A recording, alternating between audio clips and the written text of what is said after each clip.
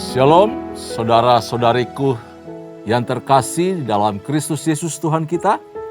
Senang sekali bisa bertemu kembali dalam program Bible Study online CK7 hari ini.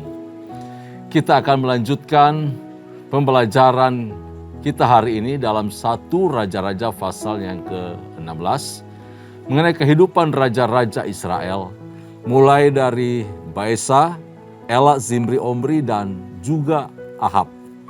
Seperti apa mereka memerintah? Bagaimana nasib mereka? Semuanya akan kita bahas bersama-sama melalui Bible Study hari ini.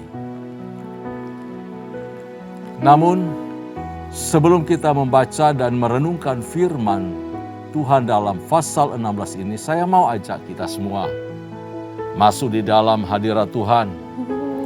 Mari siapkan hati kita untuk menyembah Tuhan.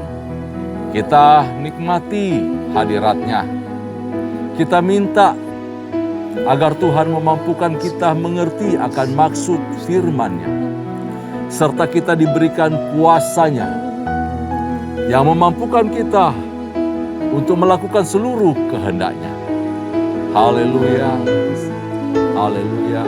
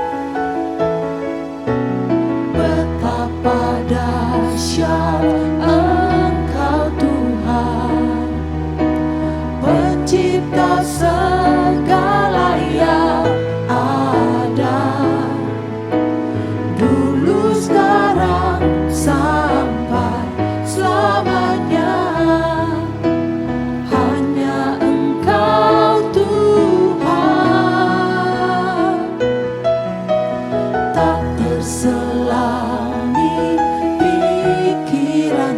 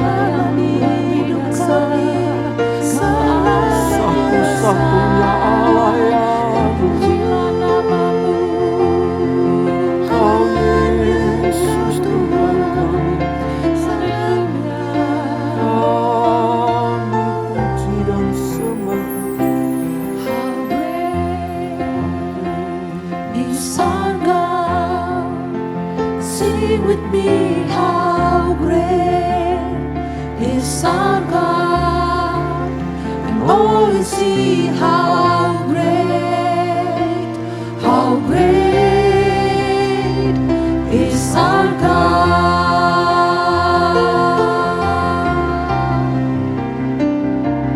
How great is our God. Sing with me, how great is our God, and all will see how great is our God.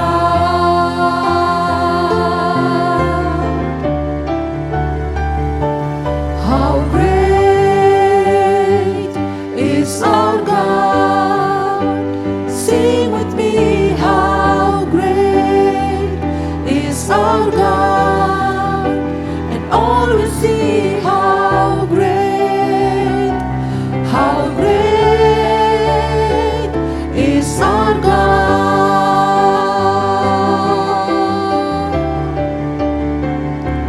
How great is our God. Sing with me, how great is our God, and all will see how great is our God,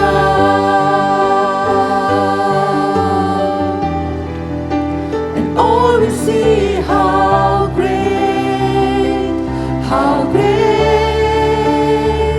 is our God,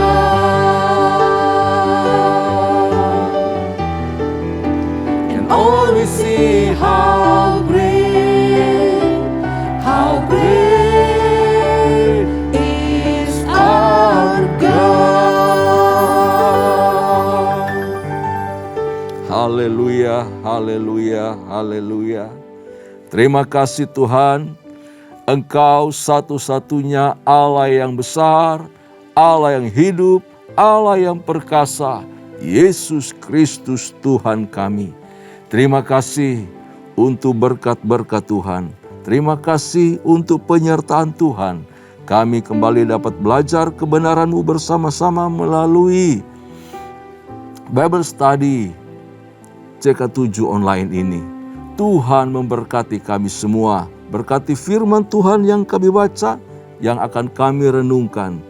Engkau mengurapi kami semua sehingga kami mengerti dan dimampukan untuk melakukan kebenaran-Mu. Dalam nama Yesus Tuhan, firman yang hidup, kami bersyukur dan siap untuk belajar firman-Mu hari ini. Haleluya. Amin. Puji Tuhan. Bapak Ibu kekasih dalam Tuhan, kemarin ada bagian terakhir dari pasal 15 yang belum sempat kita bahas, yaitu mengenai Baesa, Raja Israel.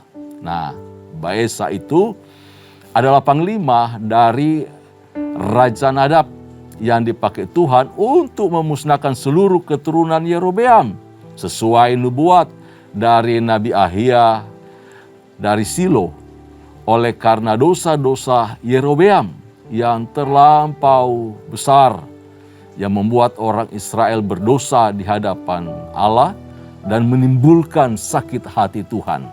Nah, bagaimana nasib dari Baesa? Mari pada hari ini kita baca pasal yang ke-15 bagian terakhir, yaitu ayat yang ke-33 dan 34. Demikian bunyi firman Tuhan. Dalam tahun ketiga zaman Asa Raja Yehuda, Baesa bin Ahia menjadi raja atas seluruh Israel di Tirsa. Ia memerintah 24 tahun lamanya.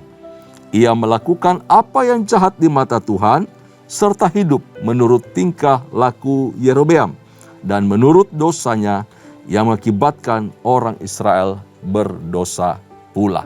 Jadi, Baesa di sini melakukan apa yang jahat di mata Tuhan. Padahal dia sudah mendengar dan dia diperintahkan oleh Tuhan untuk memusnahkan keturunan dari Yerobeam dan juga Nadab anak Yerobeam karena perbuatan dosa mereka.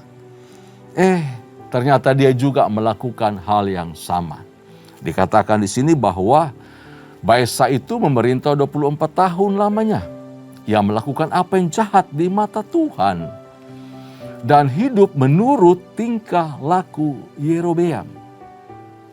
Bapak Ibu kasih dalam Tuhan, Baesa itu lupa bahwa ia menjadi raja atas Israel oleh karena ditunjuk oleh Tuhan.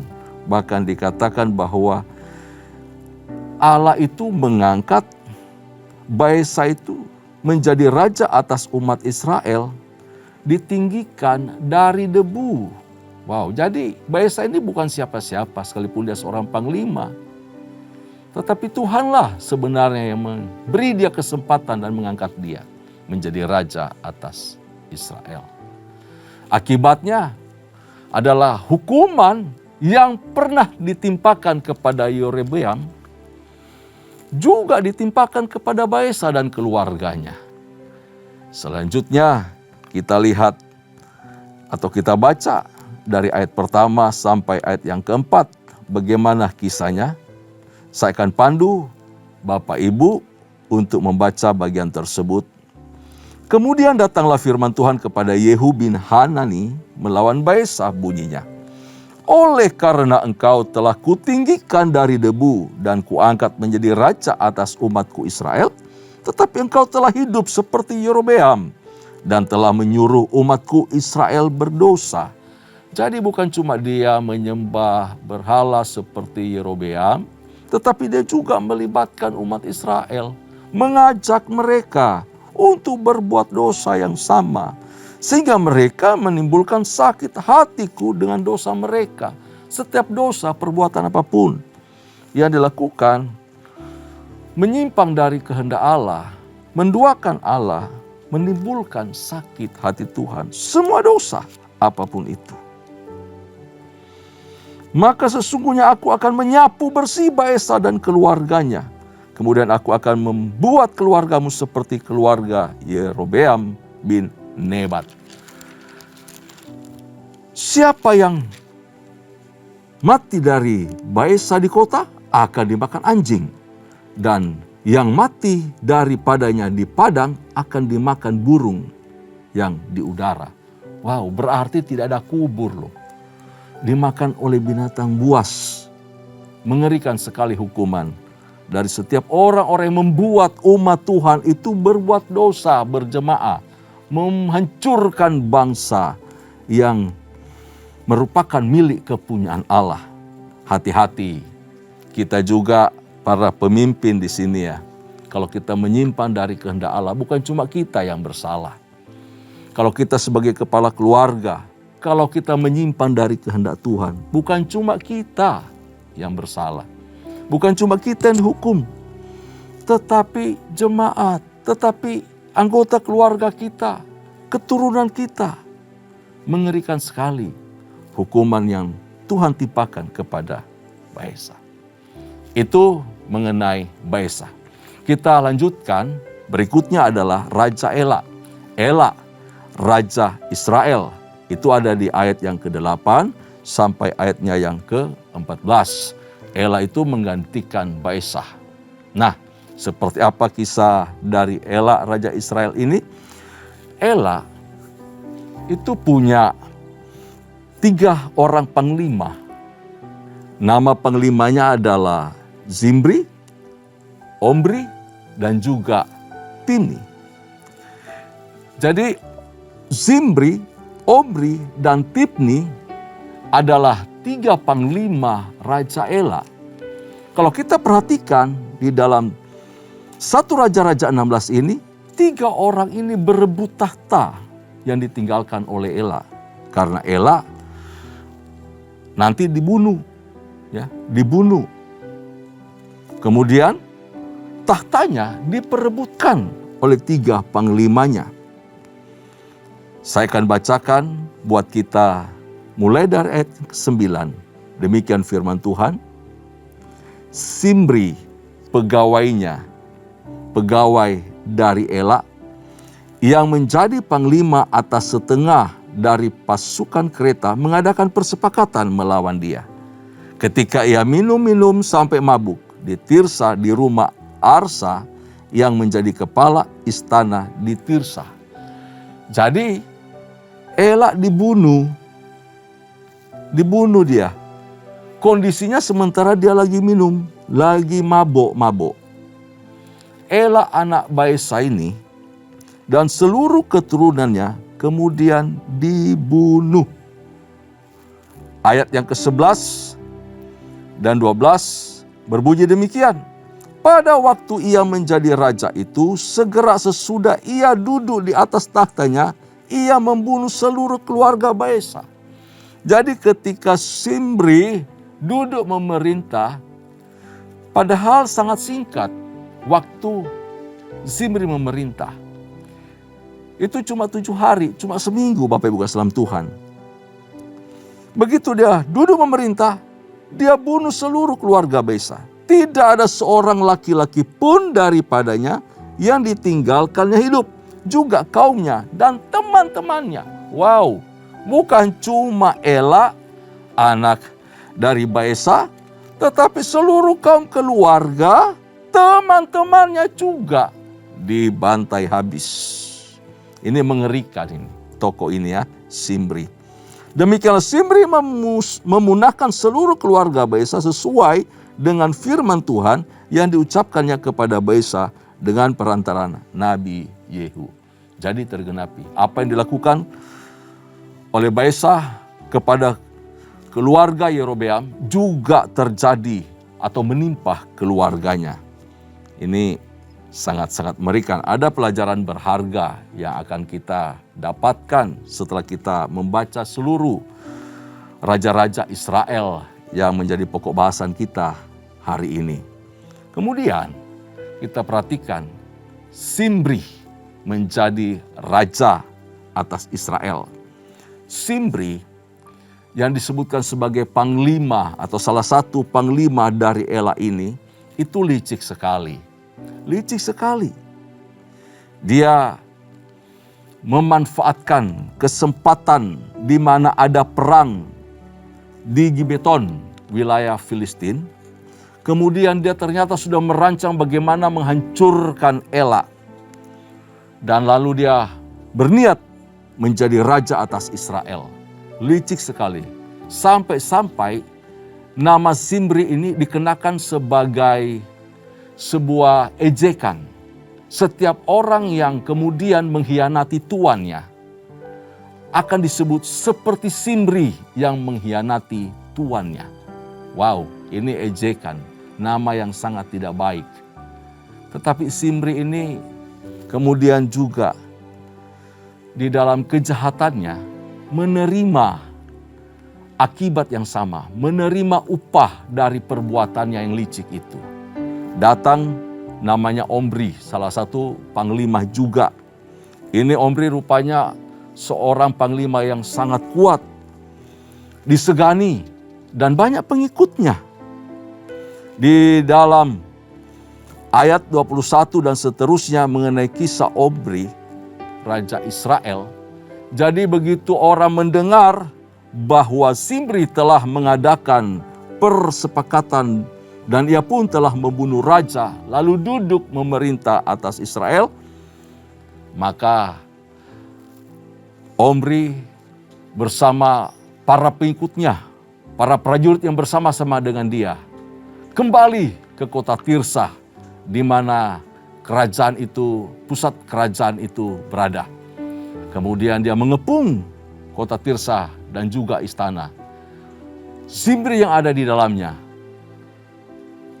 melihat bahwa, wow, kota sudah dikepung, istana sudah dikepung, apalagi yang bisa aku perbuat? Dia tidak mau turun dari tahta, akhirnya dia bakar istananya. Dan dia juga ada di dalamnya. Jadi dalam hal ini Zimri mati bunuh diri dengan membakar istana kerajaan. Selanjutnya Omri mengambil alih pemerintahan itu. Tidak hanya Omri. Tahu Omri duduk memerintah? Maka pesaing berikutnya, yaitu Tibni, salah satu panglima juga. Tibni bin Ginat bermaksud mengangkat dia menjadi raja. Jadi rakyat itu mau mengangkat si Tibni menjadi raja atas Israel. Sehingga terjadi perang, saudara. Israel saat itu terbelah menjadi dua. Ada kelompoknya Omri, ada juga kelompoknya Tibni. Aduh, sudah hancur, rakyatnya hidup dalam dosa. Di dalamnya ada terjadi perebutan kekuasaan. Akhirnya Omri menang, Tibni kalah dan mati. Bapak Ibu kasih dalam Tuhan, Omri yang memerintah, dia melakukan dosa yang sama seperti yang dilakukan oleh pendahulu-pendahulunya. Di ayat 23 dikatakan di sana, dalam tahun ke-31 zaman Asa Raja Yehuda, Omri menjadi raja atas Israel. Dan ia memerintah 12 tahun lamanya. Di Tirsa, ia memerintah 6 tahun lamanya. Kemudian ia membeli gunung Samaria daripada Semer dengan 2 talenta perak. Ia mendirikan suatu kota di gunung itu dan menamainya Samaria menurut nama Semer, pemilik gunung itu. 6 tahun dia memerintah di Tirsa, lalu 6 tahun dia memerintah di Samaria. Dia memindahkan ibu kota. Bapak Ibu kasih dalam Tuhan, apa yang dilakukan oleh Omri ini tidak hanya membeli gunung, lalu kemudian mendirikan kota, tetapi dia juga menjadikan Samaria itu pusat dari penyembahan berhala. Dari peristiwa perebutan kekuasaan ini kita perhatikan bahwa firman Tuhan mengajarkan kita untuk takut akan Allah. Firman Tuhan mengajarkan kita untuk menghormati para pemimpin yang duduk di kursi kekuasaan. Meskipun mereka adalah orang-orang yang jahat, berbuat korup. Tetapi menggulingkan pemerintahan bukanlah sebuah solusi anak-anak Tuhan. Bukanlah sebuah jalan keluar yang diberikan oleh Tuhan kepada kita. Kita harus menghormati mereka. Bagian kita adalah mendoakan pemerintah. Mendoakan orang yang duduk di takhta. Supaya hidupnya lurus. Supaya mereka berbuat yang baik dan benar. Dalam kesempatan mereka memerintah. Kalaupun Allah izinkan terjadi kudeta dan perebutan kekuasaan. Bukan berarti Allah itu setuju terhadap perbuatan itu. Hasil dari mengalahkan sebuah kejahatan sesungguhnya, ya, hasil dari mengalahkan sebuah kejahatan dengan cara kejahatan pula adalah lebih banyak kejahatan yang akan muncul dan tercipta. Jadi tidak ada hal yang baik yang dihasilkan dari membinasakan atau memusnahkan kejahatan dengan cara yang jahat. Nggak ada yang baik. Malah kejahatan itu akan bertambah banyak, bertambah besar, makin numpuk. Karena harus menggunakan sebuah kejahatan yang lebih kuat, yang lebih besar, dan menundukkan atau untuk menundukkan sebuah kejahatan. Maka yang terjadi adalah kekuatan kejahatan itu akan semakin besar, akan semakin luar biasa jahatnya. Karena itu mari, betul kata firman Tuhan, kalahkan kejahatan itu dengan kebaikan. Cuma itu jalan satu-satunya untuk membuat kejahatan itu musnah dan dikalahkan. Dan melalui pelajaran ini, dari apa yang kita baca, Bapak Ibu dalam Tuhan, kita diingatkan untuk tidak lupa bahwa ada hukum tabur tuai dalam kehidupan ini. Hukum tabur tuai. Dalam Hosea pasal yang ke-8 ayat yang ke-7a dikatakan bahwa sebab mereka menabur angin, maka mereka akan menuai puting beliung. Galatia pasal yang ke-6 ayat yang ke-8, sebab barang siapa menabur dalam dagingnya, ia akan menuai kebinasaan dari dagingnya. Tetapi barang siapa menabur dalam roh, dalam kebenaran, ia akan menuai hidup yang kekal dari roh itu. Mari kita lanjutkan, saudara. Selain dari 3 raja itu, ada 1 raja yang akan saya perkenalkan. Anak dari Raja Omri. Ternyata ada dinasti baru. Dinastinya Omri. Dinasti ini yang paling lama memerintah Israel Utara. Rata-rata cuma ayah dan bapak. Tapi kali ini melalui dinasti dari Omri, itu ada beberapa raja yang memerintah keturunan dari Omri. Omri dari sumber sejarah lainnya dikatakan bahwa Omri adalah seorang raja yang luar biasa, raja yang berhasil, raja yang sukses, raja yang punya kebijakan luar negeri yang baik sekali. Dia menjalin hubungan dengan bangsa-bangsa di sekitarnya. Tetapi keberhasilan itu yang membuat Israel jadi makmur, perdagangan jadi hebat, Israel jadi bangsa yang kuat, tidak membuat Omri berkenan di mata Allah. Dia malah berbuat dosa yang lebih seru lagi, yang membawa dampak yang sangat parah bagi Israel. Kita perhatikan selanjutnya, apa yang dilakukan oleh Omri berpengaruh besar kepada kehidupan Raja Ahab yang memerintah Israel setelah Omri wafat. Ahab menjadi raja Israel.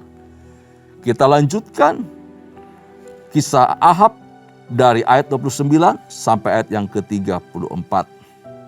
Bapak Ibu kasih dalam Tuhan, Ahab itu menjadi raja yang paling antagonis dari semua raja Israel. Ya. Raja-raja sebelum dia hanya menyembah patung anak lembu di Betel dan juga di Dan. Tetapi tentang Ahab dikatakan oleh firman Tuhan bahwa ia mengambil Isabel, putri Raja Sidon, sebagai istrinya. Kenapa dia mengambil Isabel? Karena bapaknya, si Omri tadi, itu punya hubungan baik dengan Raja Sidon. Untuk memperkokoh hubungan mereka, dijodohkanlah anak-anak mereka menjadi suami istri. Supaya kalau ada gangguan, serangan dari manapun, kedua kerajaan ini bisa sama-sama saling bahu-membahu untuk menolong. Nah, Ahab menerima pengaruh ayahnya, yaitu Omri. Dan dia juga berbuat dosa. Tetapi dengan menikah, dengan menerima Isabel sebagai istrinya, ia menerima pengaruh yang lebih besar lagi, lebih rusak lagi. Kenapa? Karena Sidon itu pusat penyembahan berhala. Bangsa penyembahan berhala. Waduh, luar biasa. Sehingga Isabel waktu datang dibawa ke Israel, bukan cuma dia sendiri sebagai putri raja dan menjadi ratu, tetapi Isabel juga membawa ratusan nabi-nabi Baalnya, imam-imam Baalnya. Wow, ini dosa yang sangat luar biasa. Mereka berupaya untuk membuat Israel total hancur, total menjadi bangsa penyembah berhala. Sampai-sampai nabi-nabinya saja adalah nabi-nabi import loh dari Sidon. Kenapa? Karena memang tujuannya memperkenalkan penyembahan yang baru lagi terhadap Israel. Mengerikan sekali Bapak Ibu kasih dalam Tuhan. Itu Isabel. Pengaruhnya sangat-sangat jahat. Membuat Ahab menjadi pribadi yang jahat, sangat jahat, dan hatinya keji. Wow, Alkitab berkata tentang Ahab bahwa tidak ada orang seperti Ahab yang diperbudak oleh kejahatan. Seolah-olah ia tidak bisa lepas lagi dari kejahatan. Bapak Ibu dalam Tuhan, kalau seseorang terbiasa melakukan kejahatan, ada masanya, ada waktunya di mana dia tidak bisa berbuat baik lagi. Tidak bisa kembali untuk melakukan apa yang benar, apa yang baik. Tidak bisa. Akan datang waktunya. Karena itu, mari pulihkan hati nurani. Bersihkan hati nurani. Lepaskan dari setiap dosa-dosa yang membuat kita menjadi kekejian di mata Allah. Tinggalkan semuanya itu sebelum mencapai batas kasih karunia Tuhan. Sebelum kita dikatakan orang yang tidak bisa kembali berbuat baik. Kejahatan kita sampai ke telinga Tuhan. Sampai Tuhan akhirnya turun tangan dan membinasakan kita. Ahab dikatakan tidak bisa berbuat baik lagi. Ia menyembah Baal, dewa Kanaan. Tapi juga ia membuat patung, Dewi Asyerah, dewi sesembahan orang Sidon atau bangsa Pinisia. Lalu menempatkannya di Samaria, di pusat ibu kota, pusat pemerintahan. Bapak Ibu sekalian Tuhan, kita perhatikan bahwa kejahatan dan kekejian menjadi hal yang umum akibat dari dosa yang diperbuat oleh Ahab. Oleh kekejian Ahab. Karena pemimpinnya terbiasa melakukan hal yang jahat dan keji, rakyatnya juga melakukan hal yang sama. Sehingga kekejian, kejahatan yang luar biasa itu menjadi pemandangan umum. Ketidakadilan, segala hal. Menjadi rusaklah bangsa itu. Dikatakan pula pada ayat 34 dan seterusnya, bahwa ini ada catatan singkat Bapak Ibu sekalian Tuhan, memberi keterangan begini, bahwa pada zamannya Yeriko itu dibangun, padahal Yeriko kan sudah dikutuk untuk tidak boleh dibangun. Barang siapa yang membangun, maka harus mempersembahkan anak sulungnya.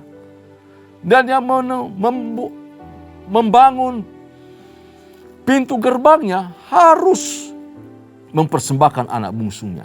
Wow. Ini perbuatan yang sangat luar biasa. Karena semua kejahatan sudah dianggap biasa, maka termasuk melanggar peraturan, melanggar sumpah pun dianggap bisa. Ini mengerikan sekali Bapak Ibu kekasih dalam Tuhan, kehidupan Ahab. Apa pelajaran yang bisa kita ambil dari kehidupan raja-raja Israel di sini? Semua raja Israel, kurang lebih ada 19 raja yang memerintah Israel. Semuanya jahat, semuanya buruk, menyakiti hati Tuhan. Ini baru ada 5 raja yang kita baca pada hari ini. Tidak ada yang benar dari 5 itu. Semua rusak. Pelajaran yang penting buat kita. Yang pertama, hormati pemerintah. Membangkang, tidak taat, memberontak, nafsu jahat, keserakahan. Itu adalah sama dengan penyembahan berhala Bapak Ibu sekalian Tuhan. Mungkin kita tidak merebut tahta orang. Tidak mau memerintah atau tidak punya kemampuan memerintah, berkuasa. Tetapi memberontak kepada pemimpin kita, otoritas di atas kita, kita lawan, kita nggak taat, kita punya hati yang serakah, kita punya nafsu jahat. Itu juga adalah penyembahan berhala di hadapan Tuhan. Bukan cuma menyembah patung, benda-benda mati. Bapak Ibu sekalian Tuhan, kita sebagai orang percaya hanya punya hak untuk tunduk pada otoritas. Dan tugas kita mendoakan mereka supaya diberi hikmat oleh Tuhan. Kemudian yang kedua, jangan balas kejahatan dengan kejahatan. Biarkan Tuhan bekerja. Biarkan Tuhan yang membalasnya. Jangan kita yang melakukan itu. Yang ketiga, bahwa sukses, keberhasilan yang kita raih, yang kita dapatkan, promosi yang kita terima, tanpa takut akan Tuhan, mungkin bisa membuat engkau terkenal, engkau sukses, engkau berhasil, engkau jadi orang terpandang. Mungkin buat engkau senang dan bahagia. Tetapi engkau akan diabaikan oleh Tuhan. Karena apa? Tidak hormat, takut akan Tuhan. Dan sungguh tidak ada nilai plus dari semuanya itu di mata Tuhan. Sukses, berhasilnya kita harus didasarkan pada kasih kepada Allah, hormat kepada Tuhan. Harus punya hati yang takut akan Tuhan. Maka apa yang kita raih itu akan sungguh menjadi berkat bagi kita. Dan juga anak cucu keturunan kita. Yang terakhir, pelajaran apa yang dapat kita ambil dari pembacaan pasal yang ke-16 ini? Bahwa salah satu ciri takut akan Tuhan adalah memilih pasangan yang seiman. Haleluya. Pasangan yang seiman. Sama-sama mengasihi Tuhan. Yang seiman saja Bapak Ibu ya. Banyak sekali masalah. Banyak persoalan. Banyak komunikasi yang putus, yang rusak. Yang harus diperbaiki. Banyak makan hati, banyak makan perasaan. Banyak pergumulan. Lah apalagi yang tidak seiman. Hati-hati. Memilih pasangan yang tidak seiman. Itu membahayakan kita. Ya, mari renungkan, pikirkan baik-baik firman Tuhan yang kita dengar malam hari ini. Sekali lagi, berdoa, bergumul, supaya Tuhan memberikan pasangan yang tepat bagi kita. Engkau yang masih muda, buka mata baik-baik, buka hati baik-baik, buka telinga baik-baik. Cari pasangan yang takut akan Tuhan, yang seiman denganmu. Maka Tuhan akan memberkati hidupmu, masa depanmu, keluargamu. Amin. Mari tundukkan kepala, kita berdoa. Bapa Surgawi, terima kasih untuk pembacaan firman Tuhan pada hari ini. Kami mengucap syukur. Engkau terus berbicara kepada kami lewat kehidupan raja-raja Israel. Kami tidak mau. Kami adalah orang-orang yang meneruskan perilaku hidup jahat yang menyakiti hati Allah. Kami juga tidak mau punya karakter membalas kejahatan dengan kejahatan, sebab itu akan menimbulkan kejahatan yang lebih besar lagi ke depannya. Berikan kami hati yang lembut, menjadi pribadi yang mengasihi, menjadi pribadi yang memaafkan, menjadi pribadi yang menabur kebaikan. Tidak punya hati serakah untuk merebut kekuasaan, merebut apapun yang dimiliki oleh orang lain. Ampuni kami jika kami punya sikap hati yang iri, benci atau marah, apapun bentuknya, yang membuat kami kemudian melakukan hal-hal yang jahat di luar bahkan dari kendali kami. Terima kasih ya Tuhan, kami tahu Roh Kudus akan menuntun kami untuk hidup benar di hadapan-Mu. Ajar kami untuk mengambil waktu dan terus bahkan berdoa untuk pemimpin-pemimpin kami, sekalipun mereka adalah orang-orang yang tidak mengenal Allah. Tetapi Engkau Allah sanggup mengendalikan hati mereka, pikiran mereka, seturut kehendak-Mu. Karena itu kami percaya, baik kami secara pribadi, pemimpin kami, bangsa kami bahkan ada di dalam genggaman tangan kasih karunia-Mu. Kami juga belajar malam hari ini, mampukan kami untuk mengambil satu tindakan, satu sikap hati yang betul-betul hormat takut akan Tuhan. Supaya ketika kami berhasil, kami sukses, kami adalah orang-orang yang dipandang berarti berharga di mata Allah. Karena sukses berhasilnya kami adalah dalam campur tangan Tuhan. Terpuji nama-Mu ya Tuhan. Berkati anak-anak muda yang sedang mencari pasangan hidup. Berkati masa pacaran mereka. Berkati masa perkenalan mereka. Tuhan, biar mata hati mereka mengutamakan Tuhan. Sehingga ketika mereka memilih pasangan hidup, mereka mengambil keputusan tepat, yaitu mencari dan memilih orang-orang yang mengasihi Tuhan. Orang-orang yang takut akan Tuhan. Seiman, sama-sama mengasihi Engkau. Sehingga rumah tangga mereka adalah rumah tangga yang diberkati oleh Tuhan. Dan generasi-generasi yang dilahirkan mereka adalah generasi-generasi ilahi yang memasyurkan nama-Mu dimanapun mereka berada. Terpujilah nama-Mu ya Tuhan atas berkat firman-Mu pada hari ini. Dalam nama Yesus Tuhan, kami mengucap syukur, kami berdoa. Kekasih-kekasih Tuhan, arahkan hatimu di hadapan Tuhan dan terimalah berkat, anugerah serta berkat yang melimpah dari Allah Bapa, kasih sayang di dalam Kristus Yesus Tuhan kita, serta persekutuan yang manis dengan Allah Roh Kudus menyertai kita, mulai hari ini sampai parusia Tuhan datang pada kali yang kedua, bahkan sampai selama-lamanya. Setiap kita yang percaya, sama-sama katakan, amin. Tuhan Yesus memberkati kita semua. Shalom.